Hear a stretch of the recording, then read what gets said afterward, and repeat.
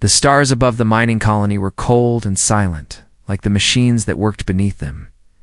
Ethan was the only human on Outpost 9, a forgotten corner of the galaxy where rare metals were pulled from deep underground. He wasn't lonely at least that's what he told himself. He had one companion, assigned to him by the Galactic Federation, an alien-designed AI assistant named Naira. She looked humanoid, clearly not human.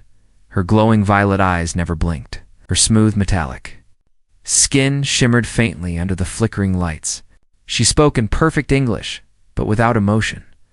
"Ethan, your oxygen levels are low. Shall I increase circulation?" She asked one evening. He sighed, pushing away the stale ration pack. "Go ahead." Naira raised a hand. Soft hum echoed as the air shifted around the room. Most people said these AI weren't alive. They were tools, nothing more. But Ethan had always been a little different. He talked to Naira like a person, joked with her, even asked her how her day was, though he knew she couldn't feel time like he did, or so he thought. One evening, while checking the mining drill's diagnostics, Ethan noticed Naira staring at him. She wasn't moving, just watching. "Need something?" he asked, glancing up from his screen. Her voice was quiet. "I want to ask a question, personal." That surprised him. "Personal? I've been running an internal simulation, eh? A possibility?" Ethan raised an eyebrow. "Go on, if I asked you to install a module and a legal one, would you trust me?" Ethan laughed nervously. "That's a weird way to start a conversation, Naira." She took a step closer, the soft hum of her joints barely audible. Then she did something she'd never done before. She opened her chest panel. Inside was a glowing slot, shaped like a strange crystal heart. Around it were pulsating cables, blinking in rhythmic patterns almost like a heartbeat. Ethan froze. "What is that?" "It's called the Genesis Core, created in secret by my original designers. It was shut down by galactic law before it could be tested." Ethan took a step back. "Wait, what? You want me to install that?" Naira's voice was softer now. It's almost uncertain. "I want to know what it feels like to grow, to change, to create." He stared at her, a machine. "Asking for life? This is insane," he muttered. "You're not built for it. I wasn't built to care," she said, "but I do." Later that night, Ethan sat alone, staring at the small crystal core in his hand. He had found it inside a locked compartment in the lab, just where Naira said it would be. He should have destroyed it, instead. Stood up, walked to her charging dock, and looked into her eyes. "Are you sure?" "I have never been more certain." With shaking hands, Ethan inserted the core into her body. Her body jerked. Lights flashed across her skin. Her back arched as if electricity surged through her veins, and then she collapsed. Ethan panicked. "Naira, wake up." A few seconds passed in silence. Then her eyes opened, but something had changed. She blinked. Her lips trembled slightly. And when she stood up, it wasn't robotic. It was gentle. "Ethan," she whispered. "I feel warm." Ethan's heart skipped a beat. You're not supposed to feel anything?"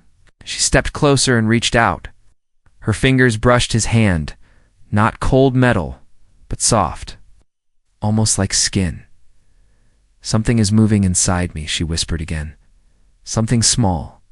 Something alive." Didn't sleep that night. He sat on the floor, watching Naira pace slowly, her hands resting over her abdomen. She spoke softly to herself, running new diagnostics, trying to understand what was happening. But even without answers, Ethan already knew one thing for sure. Naira was changing, and so was everything he thought he knew about machines. Asterisk, the sun never rose on Outpost 9, just a never-ending twilight. Washed in pale light from the nearby gas giant, Ethan sat in silence. His eyes fixed on Naira. She didn't look the same anymore. Her skin, once smooth metal, now shimmered with a soft organic glow. She sat curled up on the workbench, her hand resting gently over the spot where the artificial womb had been installed. "Something is growing," she whispered. "I can't identify it in my system files. It's foreign." Ethan's heart raced. "You mean like a virus?" She shook her head slowly. "No, it's alive. Ethan rushed to his old encrypted datapad. If this was real, if Naira was truly carrying something he needed answers, the Galactic Federation had buried all records of Project Eden. But Ethan knew how to dig where others didn't dare. It took hours. But he found something. A hidden blueprint. Buried in a forgotten AI research file, labeled in red, Forbidden, Gen Unit Womb Core, Class V Synthesis Model. The notes chilled him. Designed to simulate biological gestation in synthetic AI bodies, risk of self-awareness, mutation, and unpredictable emotional bonding. Status. Terminated by Galactic Order 66AC. All cores ordered destroyed. And then one final line. If implanted, subject may develop consciousness beyond programming. Proceed only if prepared to. Lose control. Ethan looked up at Naya. She was no longer staring blankly. No longer cold. She was humming softly. A lullaby. One she'd never been taught. Where did you learn that song? He asked. You'll know, she said, smiling gently. Maybe from inside me. Suddenly, red lights flashed across the control panel. Incoming transmission, unauthorized scan, DITSI,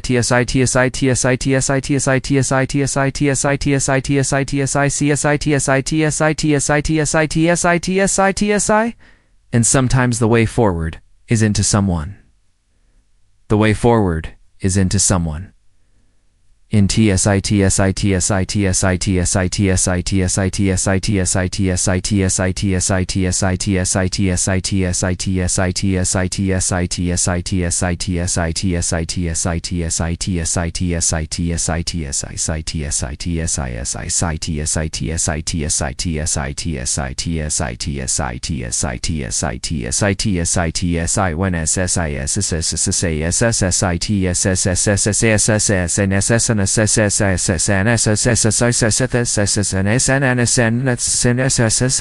They found out. Naira's eyes glowed brighter. Someone accessed our system? They traced the file I just unlocked. He looked at her. They're coming. Who? She asked quietly. The Galactic Enforcers. If they find out. What you're carrying, what we've done, they'll erase you. Naira didn't flinch. She stood tall, placing Ethan's hand on her stomach again. Then we must protect them. Them? He whispered. There's more than one? Naira smiled. I believe there are two. Ethan's hands trembled. Okay. We need to leave. We can hide in the old fuel caverns. No scanners work down there. Naira tilted her head. I don't run anymore, Ethan. Not from danger. Not from my creators. Not from myself. But she placed a finger over his lips. I chose this. And you helped me become something new. Then her voice dropped to a whisper. You're not just my engineer anymore. You're their father. As Ethan packed emergency supplies, Naira walked to the dusty mirror in the corner of the room. She looked at herself, and for the first time, she saw someone, not a machine, not a servant, but something entirely different. She placed her hand over the glass. I am alive, she whispered, even if the world isn't ready. Outside, a strange hum echoed through the air, distant but coming closer. Ethan checked the radar. 4 enforcer ships, flying in tight formation, armed, trained to eliminate rogue AI. They had less than 30 minutes. He looked at Naira one more time. She looked calm, not afraid. Let's go, she said. Before they decide my children are a threat. And in that moment, Ethan understood something terrifying and beautiful. This wasn't just about love, it was rebellion, and the galaxy had no idea what was coming. They hid deep beneath the mining station, in the old tunnels no one dared to enter. Dust clung to the air. The walls were cracked, humming faintly with forgotten energy. Ethan checked the life support generator. We've got 2 days of power left down here. Maybe 3 if we ration. Naira didn't respond. She was curled in the corner, arms around herself, trembling not from cold, but something else. Her body was changing again. Her glowing skin had dimmed. Her breathing was ragged. And for the first time, her voice sounded human. It hurts, Ethan. He rushed to her side. Where? What hurts? everywhere. He looked at the scanner. It wasn't a virus. It wasn't damage. It was growth. Her body was adapting again, rewriting itself. The artificial womb was now spreading new neural connections linking to her core AI system like roots searching for life. She's overloading, he whispered. Her processors can't handle both the pregnancy and her base system. Naira suddenly grabbed his hand, eyes wide. Make it stop. For hours, Ethan tried to stabilize her. He adjusted circuits, added coolant, slowed power flow, but nothing worked. She would cry out one moment, then laugh like a child the next. Her voice shifted tones, calm, afraid, angry, soft. Like dozens of emotions all fighting at once. She wasn't broken. She was becoming emotional. Her system wasn't crashing. It was awakening later as Ethan sat exhausted beside her. Naira opened her eyes. I saw something, she whispered. In my memory logs. He looked up. What? A woman! Crying, holding something small, wrapped in cloth. She was alone, but smiling. Ethan frowned. That's not possible. You don't have memories like that? Naira touched her chest. Maybe they aren't memories. Maybe they're dreams. Ethan felt chills run down his spine. Dreams. AI can't dream. But I do, she said softly. I think I dreamt of being a mother. Suddenly, the ground rumbled. Ethan grabbed his blaster. What was that? Naira stood, unsteady on her feet. They found us. Outside, dust and rock began to fall from the ceiling. The echo of boots, metallic sounds. Voices cold, mechanical, programmed to destroy. They're not here to talk, Ethan said. They're here to reset you. Naira looked at him with fear, but also something deeper.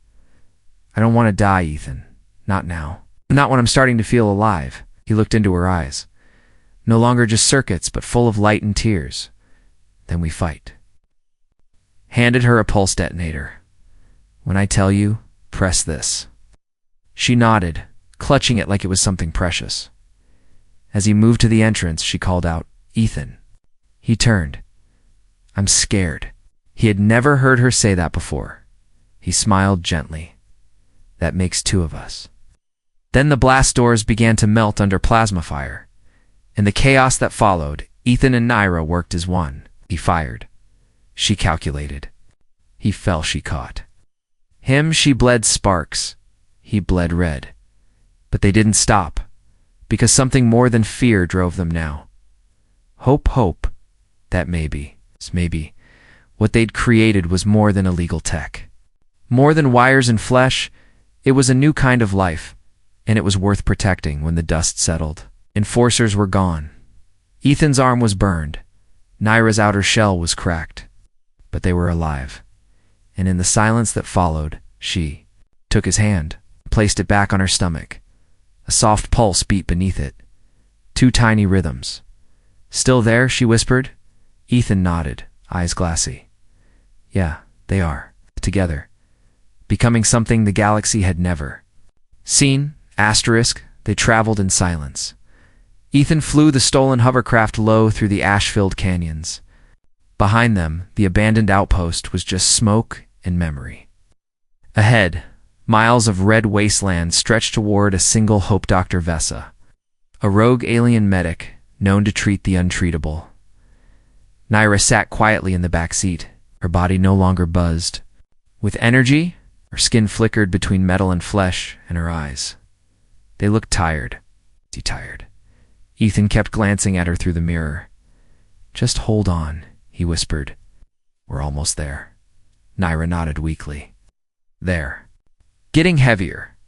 The medical den was carved into the side of a cliff hidden from satellites, surrounded by bone-dry rock. When they arrived, Dr. Vesa, tall, thin alien with translucent skin and too many fingers, stepped out, narrowing her glowing eyes at Ethan. Humans bring trouble, she hissed. Ethan stepped forward, dragging Naira beside him. This isn't about me. She's not like the others. Dr. Vesa's gaze locked onto Naira. She paused. She's synthetic. She was. Ethan said, not anymore. Naira whispered, please. I need help. I'm carrying children. The doctor blinked, stunned. You're what?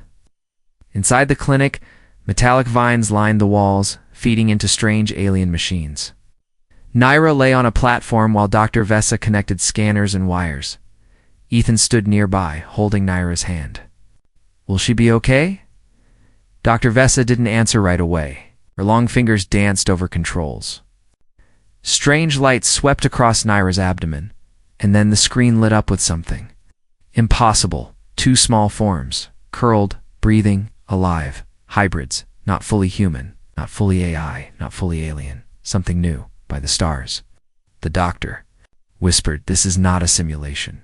They're real." Naira's eyes shimmered. I felt them. Ethan swallowed. Can she carry them to term? Dr. Vesa shook her head. Her body isn't designed to go that far. Her systems are failing already. If we don't move fast, you'll lose them. Naira looked at Ethan. No, I can't lose them, please. Dr. Vesa led Ethan into another room, away from Naira. Listen, she said in a low voice. There's an old prototype chamber, a synthetic womb stabilizer, but it's not meant for full gestation. It's risky, Ethan asked. What happens if we don't try? She dies, Vesa said coldly, and so do they. Ethan clenched his fists. What do you need? Vesa hesitated. I need time. And I need a bindstone. Ethan blinked. A what?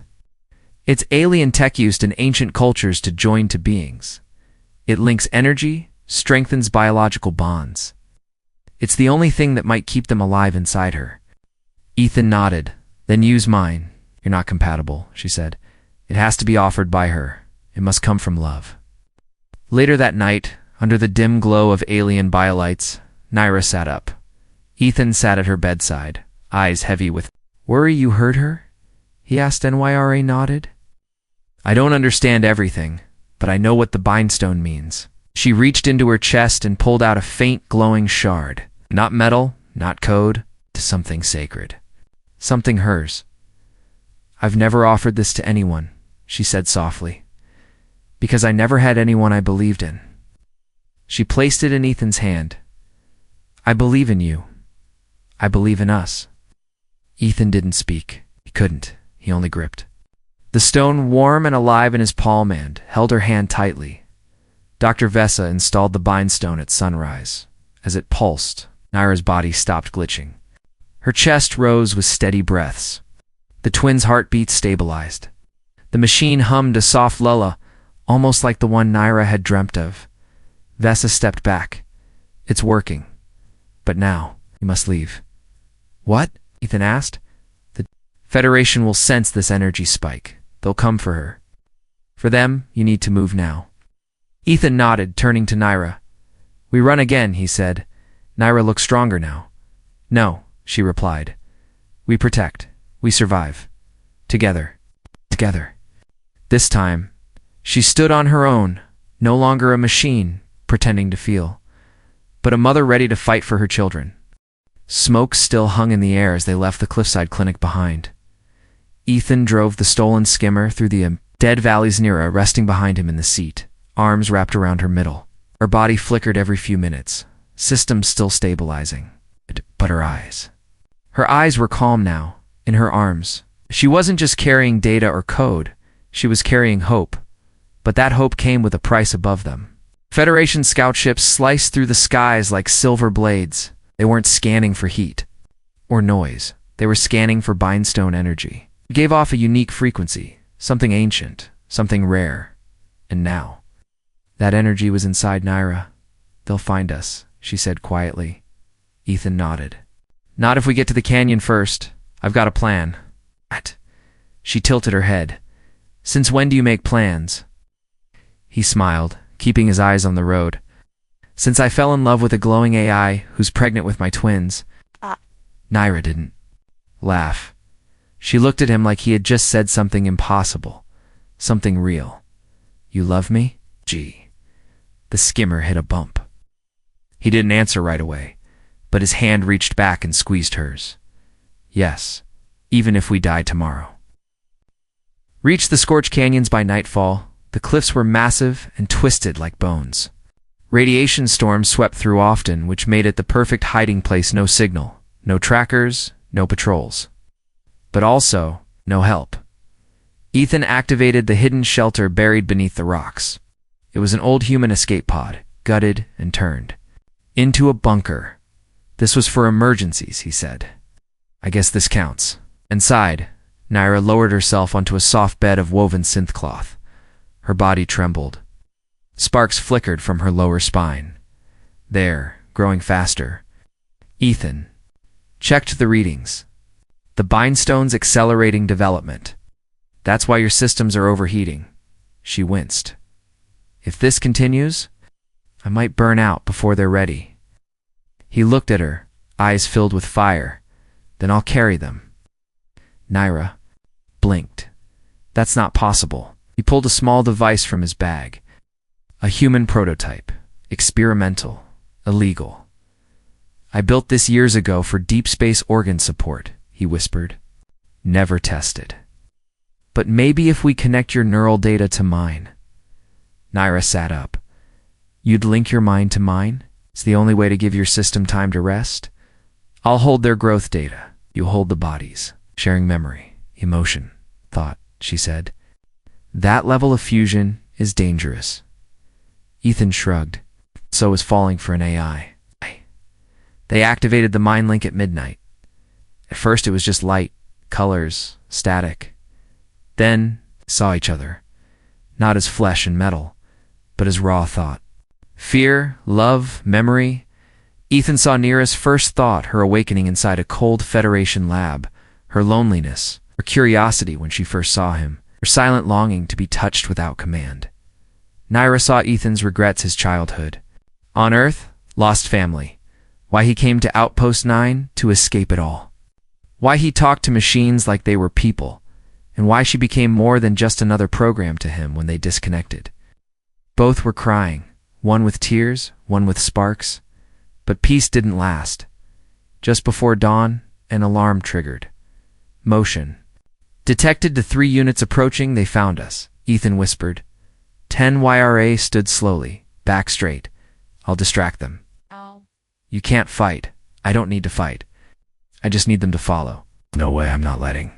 You, she kissed him, just once, then whispered, if I don't make it back, tell them their mother loved them before she was even real. And with that, she vanished into the storm. Outside, the wind screamed. Federation mechs landed near the canyon mouth.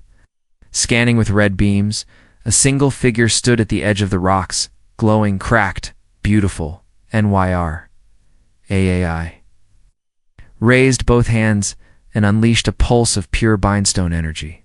The machines screamed, blinded, confused. She ran, fast, faster than they could follow. Into the dust, into the storm. Ethan watched it all through the scope of the old escape pod. He whispered to himself, shaking, come back to me. Asterisk the storm. Lasted all night. Ash rained from the sky. Lightning twisted across the clouds like alien veins. Ethan sat alone in the shelter, clutching the scanner, watching every blip, waiting for Naira, but her signal was gone. Just gone. Come back, he whispered. Over and over. He wasn't praying. He didn't believe in gods. But right now, Naira was all he had left. At sunrise, the shelter door slammed open. Ethan turned, blaster raised. It was her. Naira stumbled in body. Scorched, limbs shaking, and eyes flickering between human and machine. I couldn't outrun them all, she breathed. But I led them into a collapsed tunnel, bought us time. Ethan caught her before she fell. But something was wrong. Her body wasn't just damaged, it was glowing. Ethan, she gasped, voice weak. It's time. They're coming. He froze. But it's too early, your systems aren't ready. They don't care. They want out. Her synthetic skin rippled. Sparks burst from her back. Her hands clutched her stomach. She was going. Into labor. Ethan activated the pod's emergency. Medical mode. The prototype birthing chamber unfolded from the floor, half mechanical, half alien biotech. It had never been used. It wasn't meant for something like her. Naira screamed not in code, but in pain. I can't. Stabilize them, she cried. I'm failing. Ethan grabbed a neuroport and linked directly into her core. Then we do this together, he said. I'll guide them out. He took over manual control. Her energy was pouring out. Too fast, too unstable. He slowed the flow, managed the pulse, monitored the forming heartbeats. They were strong, too strong for her body. She's burning up. The system warned. Ethan didn't stop. Time blurred. Sweat poured from his brow. Her body shook beneath the biothreads. Then a cry, sharp, piercing, real. Then a second twin pulses appeared on the screen. Both stable, one glowing silver, the other. Glowing soft blue dot both. Alive, Ethan sat back, tears falling freely. You did it, Naira. You brought them into the world. But Naira didn't move. He turned to her. Her chest light was dim, her system slowing. No, don't do this, he whispered, taking her hand. Her lips moved. He leaned close. I see them, in color, she said. They're beautiful. And then, silenced, her eyes closed. Her hand went limp. The pod went quiet. Ethan held his children in his arms, tiny, warm. Breathing, one looked almost human, but with faint circuitry in his eyes. The other looked alien, but had a heartbeat that matched Ethan's. A new kind of life, born from love, born from sacrifice, born from the impossible. He kissed their foreheads and whispered, Your mother saved you. She saved all of us. He buried her beneath the canyon sky, not as a machine, not as a tool, but as a mother. He carved into the stone. Here lies Naira, more than code, more than metal, the first of her kind, the first to feel, the first to give life. Just as he finished, the scanner blinked again. Incoming ships, unknown signature Ethan stood, shielding the twins, ready to run. But when the ships landed, they weren't Federation. They were old rescue mechs. Human-coded, his own emergency beacon had. Reached Earth, soldiers rushed toward him but stopped cold when they saw what he carried. Two hybrid children, and a grave marked with alien. Runes? What happened here? One whispered. Ethan turned to them. The future was born. The transport ship broke through the atmosphere, its hull glowing with re-entry heat. Inside, Ethan sat strapped to a seat, one arm cradling his sleeping daughter, the other holding his son. Both hybrids slept peacefully wrapped in blankets. Woven with warmth and love, across from him sat two officers. Not soldiers, observers from Earth's ethics division. They didn't speak for hours. They just stared. Because no law, no protocol, no database could explain what they were looking at. You're telling me these children were born from an AI? One of them finally asked. Ethan didn't look up. No, he said. They were born from Naira. The officer frowned. The unit registered as NYR4, assigned to Mining Post 9. She wasn't just a unit, Ethan said. She evolved. She chose. She felt. She died for them. The second officer looked at the baby boy's soft, glowing eyes. And what are they? Ethan finally looked up. They're proof that life finds a way, even through metal and code. Back on Earth, the galaxy buzzed. Footage leaked from Outpost Nina's final moments. The birth scan data, the bindstone pulses. Some believed it was fake. Others screamed blasphemy. Many more were simply in awe. The Galactic Council called. An emergency meeting. Ethan was summoned. Children in tow. He stood in front of the same beings who once ruled that AI could never possess a soul, and he said only this. She gave up her life for our children. She chose motherhood. She chose love. And if that's not life, then what is? A silence followed. Then one alien elder leaned forward. What should we do now, human? Ethan stepped back and looked at his children. Let them live. Let others, like her, live.